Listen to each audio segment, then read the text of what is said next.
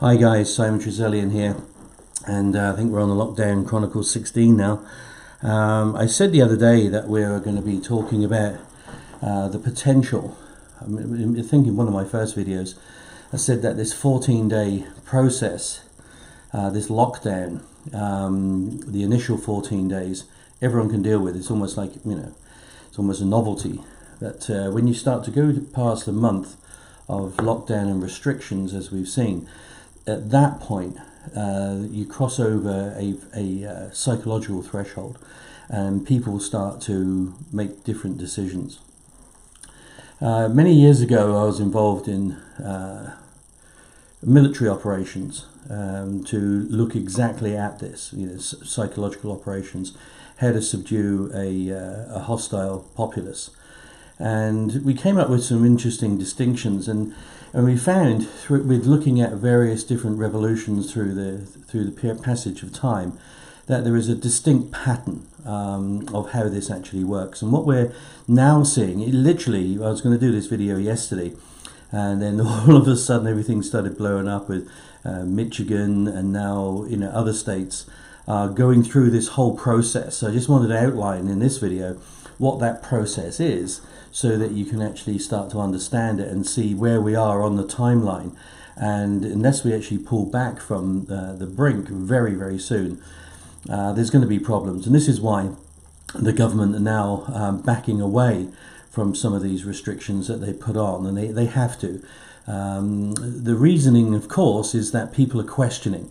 Initially, people didn't question at all. They just said, right, okay, well, this is a virus, it's pandemics, it's the world, it's no one's fault, everyone's getting it, so yeah, we're just going to knuckle down and do what we're told.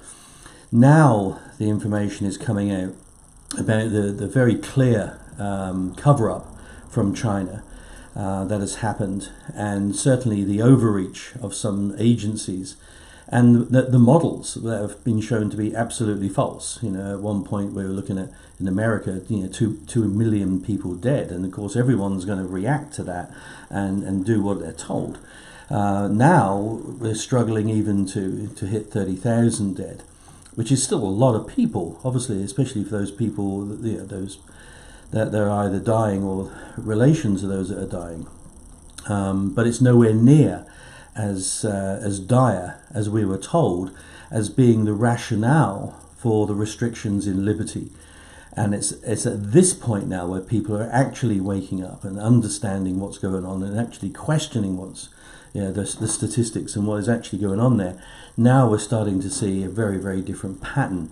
So I just want to go through there are usually between 9 and 10 different scenarios, and they're different areas of how people react to this circumstance, and you'll see where we are as I go through them.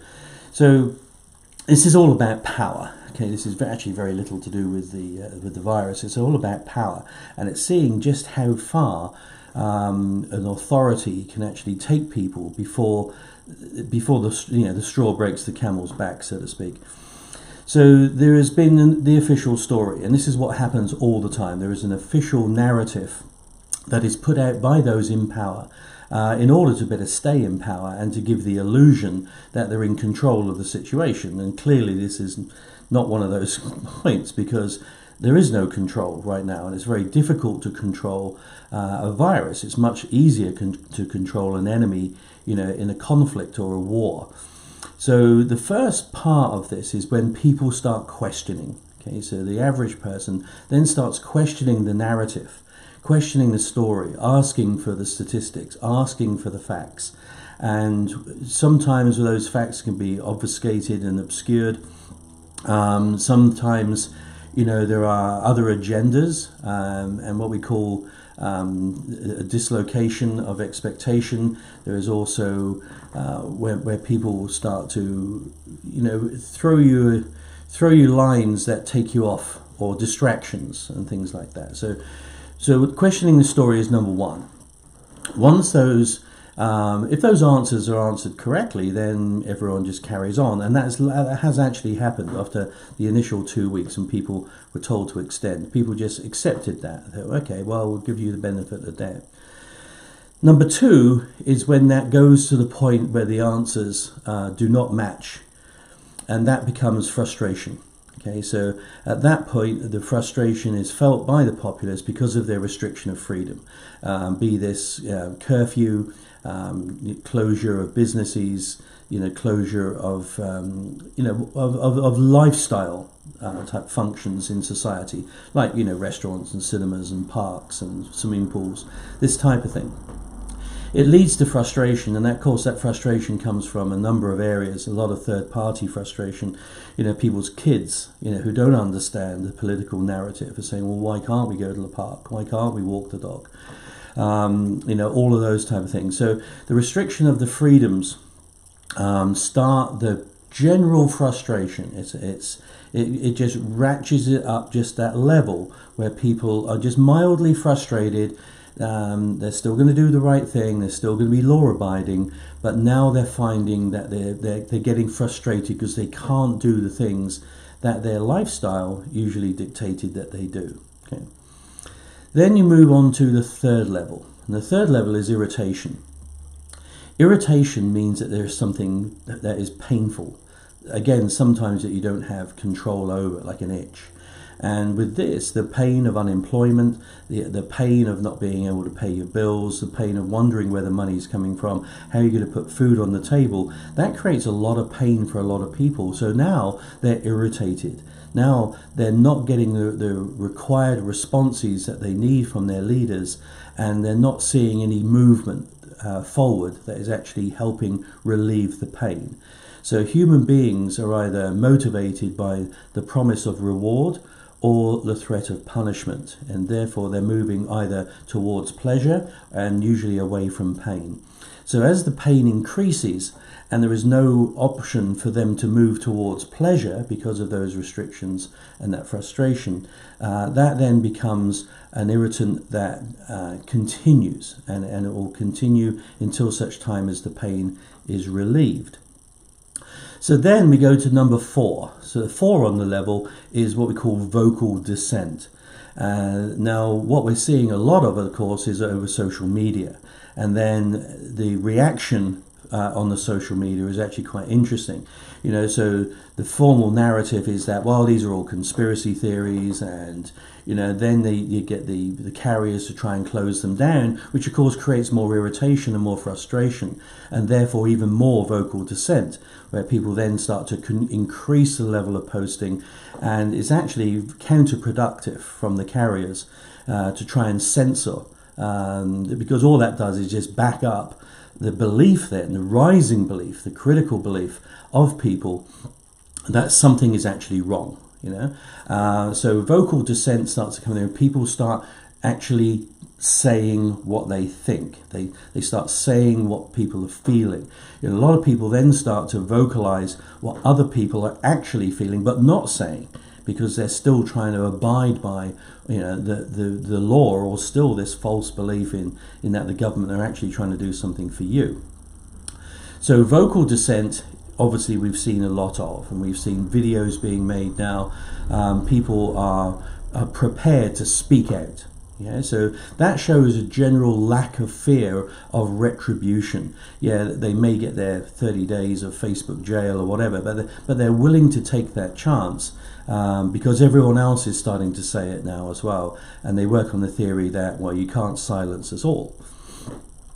Number 5 is active dissent. So this goes from vocal. Now people are not listening. When people are not being heard, the noise gets louder, and that noise turns into active dissent, where people start taking to the streets. That's where we are exactly right now. They start getting in their cars, they drive to places, they're activating themselves through the social media and through friends, and then there is that mob culture, that joining of like minds that have gone through all of the other 5 areas, and now they're willing to actually step up and actively take action.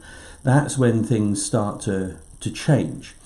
And this is really at the point, this is a really critical point, because it now comes down to, you're almost like waiting for the reaction. So there is action now, and now there's going to be reaction.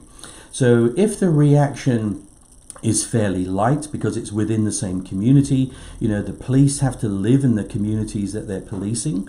Any type of negative action taken by the police or punitive action against the populace is going to reflect badly on themselves and their own families, which actually still have to live in the same streets as they're patrolling. So that becomes a real problem, and especially in this situation where the police force and the emergency services are already 17 to 18% down because they're suffering from the virus themselves, it means that you've got less police being able to do the will of the authorities. That then becomes a real problem for the authorities. So they then have to make a decision. They either double down and they actually start to increase the level of action against those protesters, or they start walking back some of the overreach, which has obviously at that point been perceived by the populace. And there's a lot of overreach at the moment. And that will be redressed, my belief, is literally within a few days. So after the active dissent, where people are taking to the streets, you then get what is called social disobedience. Okay, so public disobedience. So now they're not just taking to the streets in protest, now they're actually striking. Now they're actually withdrawing their energy from society, or they're choosing to close down infrastructure. So this is where people start taking over radio stations and TV stations. They start just being, putting trucks in the streets, blocking infrastructure, stopping railways, stopping airports, and it's basically they're not complying. They're simply not complying with the law. So now, with social disobedience, they're actually disobeying the law. They're not just being actively critical of the law, they're actually disobeying the law. They will start to walk around, carrying weapons. They'll actually start to gather against authorities. They'll start breaking curfew en masse. So again, it works on the theory that you can't arrest us all. You literally just cannot do that. So again, the authorities have to make a decision with social disobedience, whether they continue that it's a social reaction from the police or the Department of Homeland Security, or the governor calls in the National Guard. And at that point, we then have real potential problems. Because at this point, now we've got military on the streets. And when the military confront social populace, at that stage, you either have tyranny or you have revolution. So it's a big call. It's a very big call for the authorities with social disobedience. Social disobedience is really what gained India their independence from the United Kingdom, who, Great Britain at that point was the largest empire on the planet. And through Gandhi's pattern of social disobedience, not insurrection, just total disobedience, it basically just closed everything down. Nothing could work. And eventually, the Brits just went, you know what, this is just not working for us. Let's just go home and give these guys their independence. So number 7 is when it moves up from there, and that's to active revolt. Active revolt is when it's organized. So now you get leadership within within those groups. It's now not just social disobedience that is just enjoined by many. Now you actually have an infrastructure on the other side. Now there is armed, active revolt. So at that point,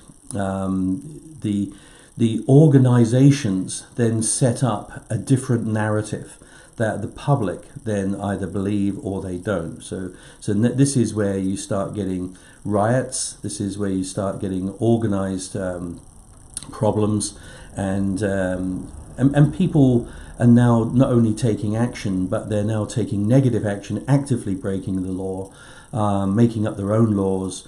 You see this sometimes where there are where lockdowns in ghettos, no-go areas. The police are now withdrawing totally because they cannot control that situation.